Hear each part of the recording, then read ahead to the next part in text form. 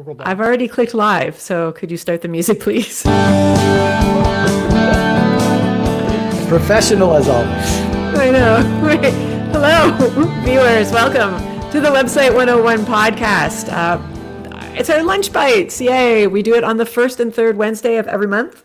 For anybody new who is watching, the Website 101 podcast is for people who want to create and maintain websites, whether it be small business owners, novice web developers, people who have been thrust into the role unwantingly at maybe their company. We're here for you. Hi. Hopefully you want to do it. And Hopefully you want to do it. And you just got like a 2 to 3 second behind the scenes snippet as we were like, I didn't realize that we were going live like that second. Well, it starts at 11:30, so get a clock. I think we get in the habit of like, oh, it's not until 11:30. We forget sometimes all the prep that we're supposed to be doing before we go on the air. At least that's for me, like muting phones and all the rest of it, you know. Yeah. Anyways, how are you guys doing? I'm good. How are you? Yeah, pretty good. Pretty busy today, actually. Well, that's the opposite of me. I'm working on a personal project because I don't have any client work today. Well, that's good in a way. I'm hoping to do that maybe a little bit next week. I launched a site recently, which I'm very excited about. Oh, nice. I finally got access to the servers that I need access to. I finally got the deploy script happening on another project, and it was, of course, because of, I don't remember if I told you guys, it was because the people who control the servers removed the IP address of the deploy service from the whitelist. Right. So this black box of why isn't it working? I finally figured out why it wasn't working. So Yeah, I think you mentioned that before. Maybe offline, maybe on the last lunch bites. I can't remember, but it is vaguely I don't familiar. remember. But anyway, my point is everything's coming up, Manda. That's great. Nice. It's been a good couple Glad to hear weeks. I still have I use a backup service for backing up databases and stuff, which Sean, I know you use the same one, and it works for most of them, but for one particular site, it's not connecting to the database. I thought it was a whitelist thing. It doesn't seem to be. I can't figure it out. I've been back and forth. I ended my subscription. Oh yeah, are you using something else to back up sites? I've got 2 clients left, and the rest of them I'm going to be moving over to Served host. And Served has backups built into it, and they back it up to Amazon. So it's more expensive, but it's more feature rich. And the reason I moved is I had an issue with Laravel Forge, and I wasn't happy with the support that they provided.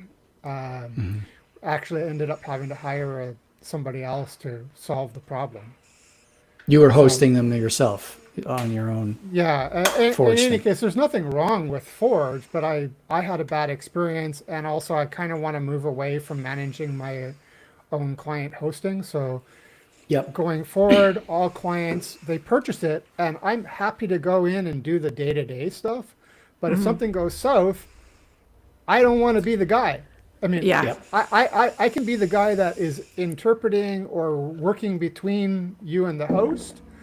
Also, if they own their hosting rather than going through me, it's managed by a company with an established history. And if something happens with either their relationship or I disappear for whatever reason, their site is not going to go down. It's it's about protecting the client as well as protecting me. I don't want to manage hosting anymore.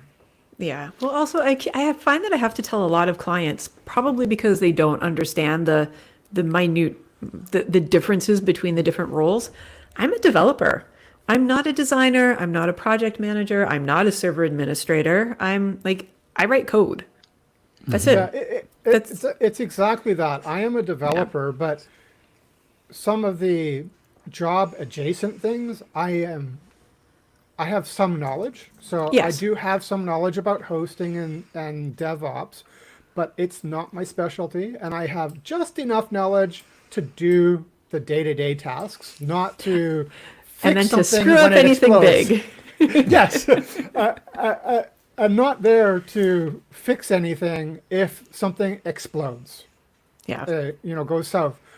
I need support just as much as the next guy. I'm there to help with the technical aspects of people who don't know, but if I need more, that's why I want a real hosting. And I like Served. They're craft specific.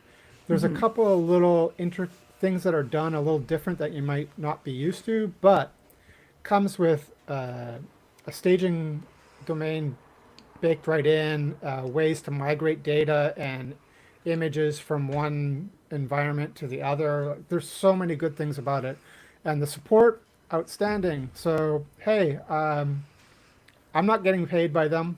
I just like them right now. So They don't sponsor the show yet. Yeah. come on, Matt. I know you want to sponsor us. Actually, because we haven't really talked about server stuff on the podcast, maybe we should have someone from a host company come and even just give us a high level servers and what they are and why and how they work. And then, they can promote themselves if they want to. Want to correct you, we did have that way back in season 1 or 2, but it's time for a revisit. Things have changed. Yes. That was before our time, Amanda. It was with That's right. just him, I think. Yeah. Yeah. So actually, I think that is a great idea. We should add it into our list, and maybe I'll reach out to. Last time we talked with Nevin, and he was with I forget which hosting company he's with, but that was good. Maybe I'll reach out to Matt at Served and talk to him about that. Also, we should get started on the damn podcast. We should. Well, isn't that the whole agenda for when we get together on Friday? Yes, we're going to get Yes. together this week and talk about it. That's correct. So Yeah, we just that'll had be coming pretty soon. We had some delays and schedule conflicts that we couldn't meet at our original planned time. But anyways, we're going to get started. Postponed. Yeah, I think we've Yes. postponed like 3 times already. Yeah, And one each. Yeah. that's right. So yeah, definitely some scheduling conflicts there. Oh, I'm also very excited that there is going to be a official craft conference right here in our hometown, Toronto. I'm so excited. In East York, my neighborhood. I am Yes. excited to go to the venue. Yeah, I've been keeping an eye on that development ever since it turned from a really skeezy strip club into a nice fancy event venue. And so yeah, I'm excited to go. I'm excited to I don't want to say see the updates because it's not like I was ever there before when it was a skeezy strip club, but yeah, I've seen some cool articles about what they've done. yeah. First time I heard about this hotel was this conference, and then I mentioned it to a friend that I go out do photography with regularly, and he's like, "Oh yeah, it's supposed to be really good." So Amanda knows things, and now I'm excited about it. So end of this month. They no longer have girls dancing, Sean. Sorry, maybe I should have specified that. At least they don't pay It's them okay, to I'm dance. married. I don't need dancing girls to go to a hotel. I think that's the signature in your emails, right? I don't need dancing girls to go to a hotel. All right. Anyway, Anyways, yes, I'm I really am super excited. It's the end of this month. All 3 of us are going to go. Yep. Mike is like really easy for him to get there, maybe 30 minutes on a bus and a bit of a walk. It's an hour Not for even me. that. I imagine it's an hour or longer for Amanda based on where she lives. No, I just No? got to take the subway across. and subway I'm right at across, Mike's yeah. place, and then take the bus down. Yeah, it's, Well, I gotta It's almost walkable from the subway station. Is it? What It'd subway be a station? long walk. Broadview. Broadview, and It's then down walk down on to Queen. It's down to right? Queen. Yeah. Oh, okay. Yeah, I was going to go to Broadview and walk. So I get to Broadview from my house is about 35 minutes at that time of day because of the traffic. So maybe 35 and 25 for the walk, 20 minutes for the walk. So yeah, about an hour. Yeah. Well, if anyone's watching this and you're a craft person or a website person, I guess, Yeah. go to .1. I don't know what the website is. Go to Craft's website and look for .1 and sign up for the thing. It costs a little money, but they include, it's like lunch is included. Oh goodness! Or something, right? Lunch is included and a T-shirt. It reminds me of my days when I used to run 5Ks, and you would get like T-shirts just for signing up. There's swag for every conference you go to, and free drinks at this one at the end, as far as I understand. Conferences, I want to get back to that in a second, but conferences lately I've found have been incredibly lacking in the swag. There's been no swag. But I haven't been to one in a while. At this one, there's the T-shirt that we're paying for, but yeah, lunch is included, beverages after at like the meet and greet mixer or whatever they're calling it. I'm really excited. Yeah, this super thrilled. This should be fun. I also put in a proposal to do a talk. I haven't heard back. I don't know if I'm going to get accepted or not, but I'm sure you will. High level, what's it about? Yeah, you able to share? Do I want to go to this talk? Or we should. Maybe we'll show up right after. It's a single track event, so you're going to the talk, or you're going to be sitting outside and like making me feel bad. Option. Oh no, then it's not. I can't wait to see your talk. Can you? What's your talk about? Yeah, just high level elevator pitch. It's going to be pros and cons of boilerplates, what to include, what not to include, and how I developed my boilerplate, which I've talked about in our episode about boilerplates. That's true. Right. You mentioned actually, that I should have included that link when I sent them. Right. Promote the podcast. When you get up there, talk about the podcast for sure. I was already going to do that, and then hopefully we meet more craft developers in Toronto, and we can get a meetup going again and invite some people into our Slack as well. Yeah, that'd be cool. Yeah, super excited about that's that. part of the reason I want to do the talk is so that I can stand up in front of a captive audience and tell them about us. But it's also because I like speaking, and I haven't done any presentations since I was a teacher, which was like 15 years ago. Yeah. No, I'm excited about that. And there's just short talks, right? They're supposed to be like 15 minutes or half an hour or something. Yeah. So there's two kinds of talks, 15 and 30. And when I initially inquired about it, I said, I'm kind of thinking a 15-minute. She said, we're not sure if we're going to do 15. Can you do 30? And I was like, yeah, I can definitely do 30. I just thought it would be a little tighter at 15. And there's they're not showing what the talks are, right? In advance. The submission deadline was yesterday, as far as I recall, or maybe it was October 1st. Conference is October 28th. So basically submission deadline just passed. And then I imagine I'll find out in the next 2 or 3 days if my talk is accepted or not. So hopefully. Nice. Yeah. That'd be cool. Good luck with it. Yeah. If it isn't, maybe you should do the talk on the show. Yeah. Right. Wear my Craft 3 t-shirt. Okay, well, I've got something to talk about, and I'd like your opinion about it. Getting back to the hosting thing we talked about earlier, I've got another hosting story. Okay. Yesterday, I received an email. I'm going to read part of this email to you guys right now. It says, "Hi there. I'm sorry to bother you about this. I noticed you're hosting, I noticed you are using name of the host to host your website. An article was recently published about one of their employees who was a violent neo-Nazi. He physically attacked some people at an LGBTQ rally and is very prolific online with hate speech and neo-Nazi propaganda." And it goes on and links to these articles with this guy, and it seems to be legit. Like I looked into it. So this guy is asking me to reach out to my hosting company and basically shame them and say, look, why is this guy still working for you people? Why don't you fire him? This guy gave the support, email and all that stuff. He has been reaching out to them. So I replied once I figured out this is a real email, and I said, thanks for this. This is very concerning. The truth is, so a bit of backstory here. I'm not hosting my site with this company. I'm hosting it with a different company, and that company uses this company's infrastructure. You know that? Yeah. So if you look up the who is information for who hosts the site, you'll see that company, but I've never heard that name before. I don't interact with that company. So they're like a reseller or something? I think it's bigger than that. Your direct host is a reseller of the hosting company that this guy's upset about.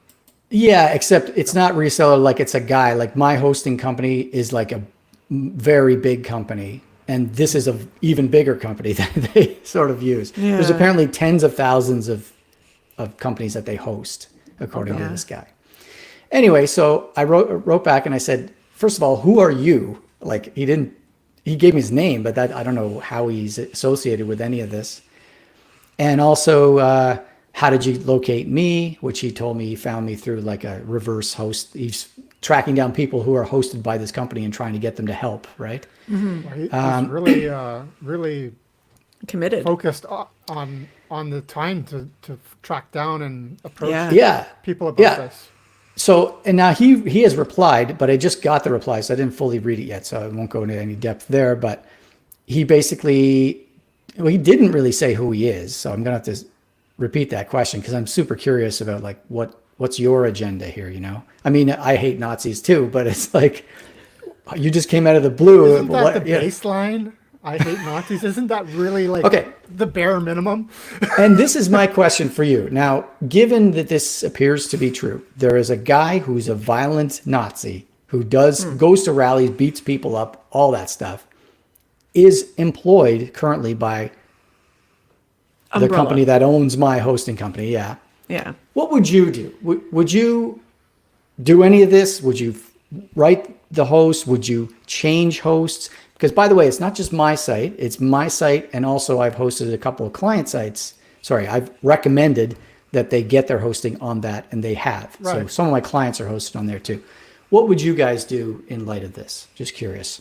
Well, I think it's a difficult situation as I don't think I would immediately leave the host or anything, but I might email them and say, hey, this has been brought to my attention. I'm not really happy about this.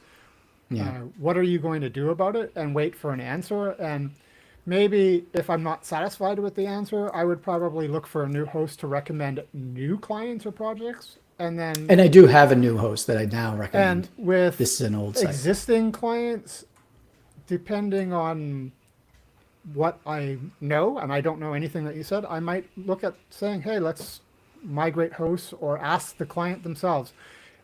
At a minimum, I would send an email, ask for an update, and what's your response?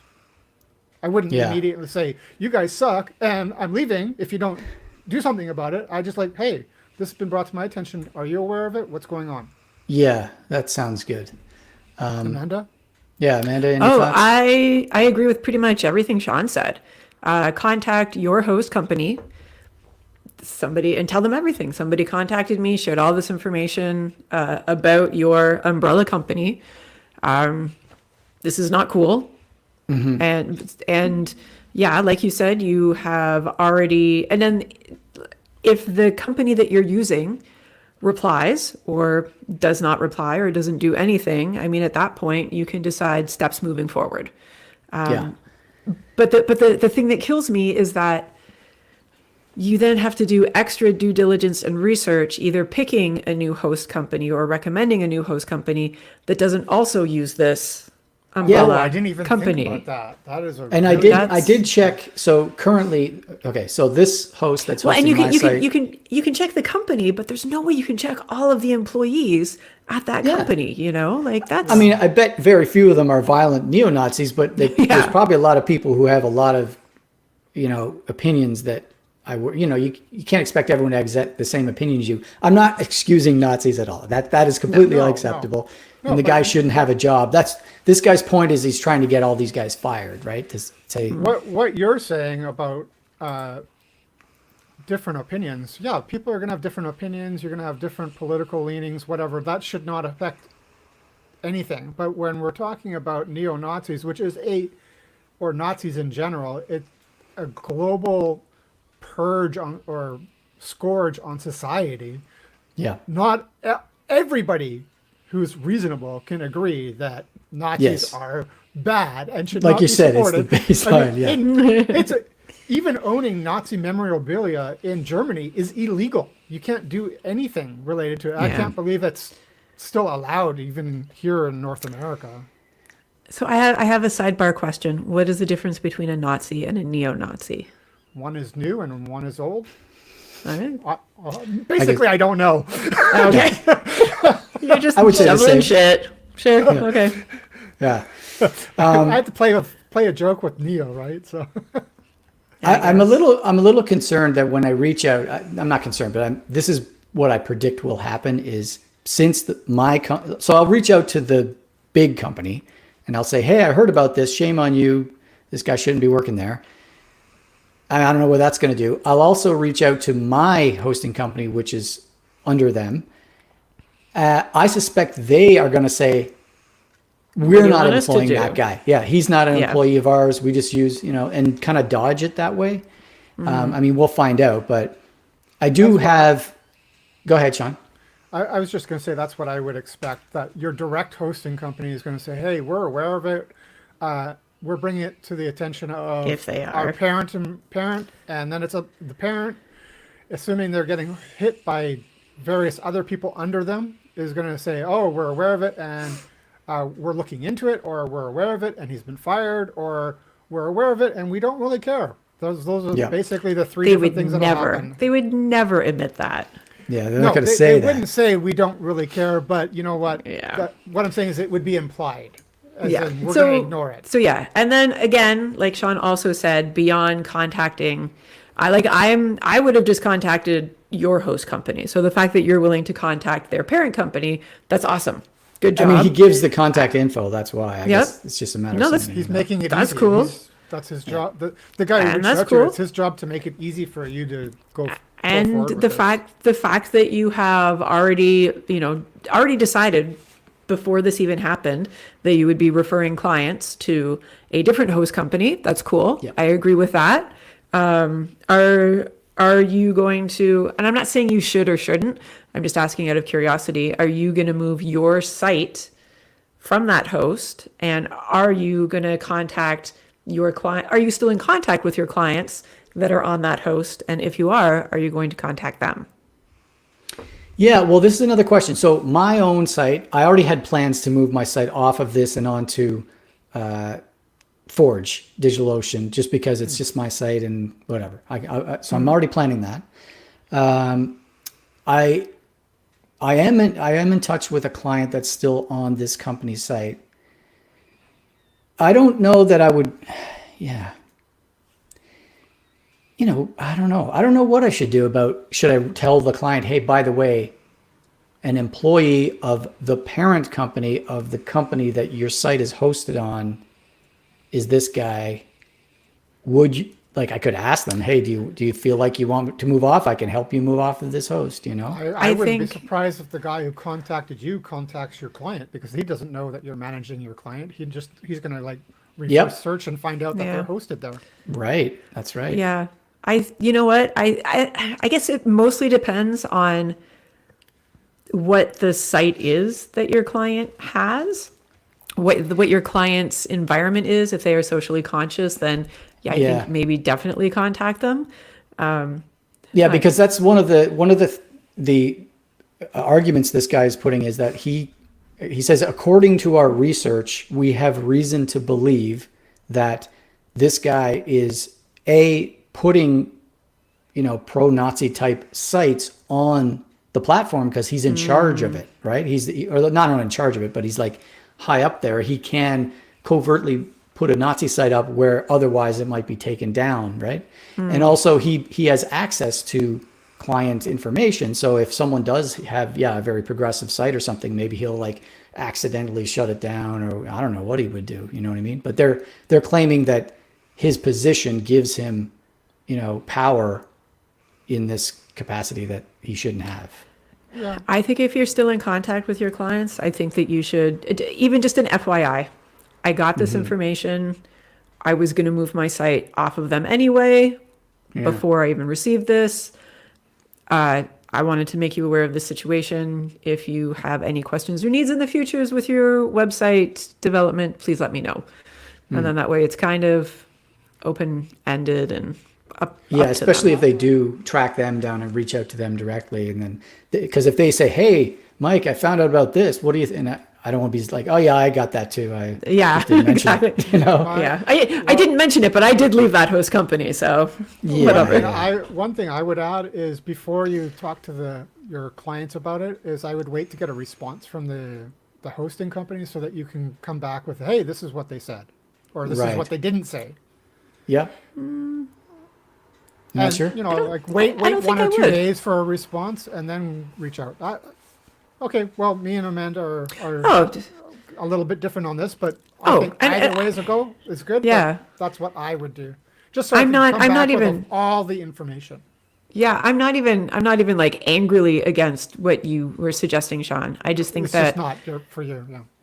yeah, no, I think that I mean, like, contact the company first, and then when you contact the client, put in there. I contacted the company as well. I told them this information. If you would like to be kept up to date with any responses I get, let me know. Yeah, or if you'd works like as me well. to take action, yeah. Yeah. So the reason I'm bringing it up because it just happened, but this reminds me that one of the topics I wanted to, in our sort of bank of potential topics for the podcast, one of them was ethics in web development. I don't know if I feel like we've covered it in some way, but I don't know if we had an entire episode about it. I'm sure that we've touched on it in various episodes, but not a whole episode on it. We could dig into it so deep. I mean, not only would it be ethics about political stances, but it could also be ethics about like energy consumption, and if they're doing anything to try to like, you've heard of stories about companies that are trying to do things like, I don't know, if they do like the mining, the crypto mining. They've tried to do things in order to like cool down the servers by using like some process of some other thing that the company does. Like, so you do hear stories sometimes about companies that are like really consciously aware of how much all of these server farms, like Netflix, is apparently destroying the environment just because of how much computing power they go through and how much it heats up everything, just trying to stream all of this stuff to everybody. And until somebody spelled it out for me like that in some YouTube video, it's like it wasn't even on my radar. I had literally no idea. I'd never even considered it. Yeah. I once heard that all of the power that was used to generate Bitcoin in 2021, I might get this wrong, but I think this is accurate, was equal to all of the power saved by every electric car on Earth that year. It sort of offset it. And that's Bitcoin. Like, who gives a shit about Bitcoin? Anyway, there's lots we can talk about there. Give a shit about it. But like, I had a guy reach out to me once and wanted me to build a site for him, and I learned that his site was a conversion therapy site for gay people. Oh. So I told him to fuck off, obviously, not in so many words, but it could go as far as that and neo-Nazis, and also the stuff that's a little more nuanced, like you said, Amanda. You could talk a lot about. We could talk about when have you compromised your morals or ethics. Right. There you go. I do have a story, but that I Save did, but it was minor. Save it for the podcast. Yeah, subscribe, like and subscribe, everybody. There you go. Giving a hint about bad boy Sean. Okay, well that's good. That's I guess we'll wrap it up here, eh? I think it's a good spot to stop. All right, so everybody subscribe and like and do everything else and to this and the podcast, because the podcast really will be coming up very soon, because we're going to meet this week and start planning a schedule. And so make sure you're getting it. We'll probably start recording within 2 weeks, or about 2 weeks from now, because I'm gone for a week. So. All right. Okay. Bye, everybody. Bye.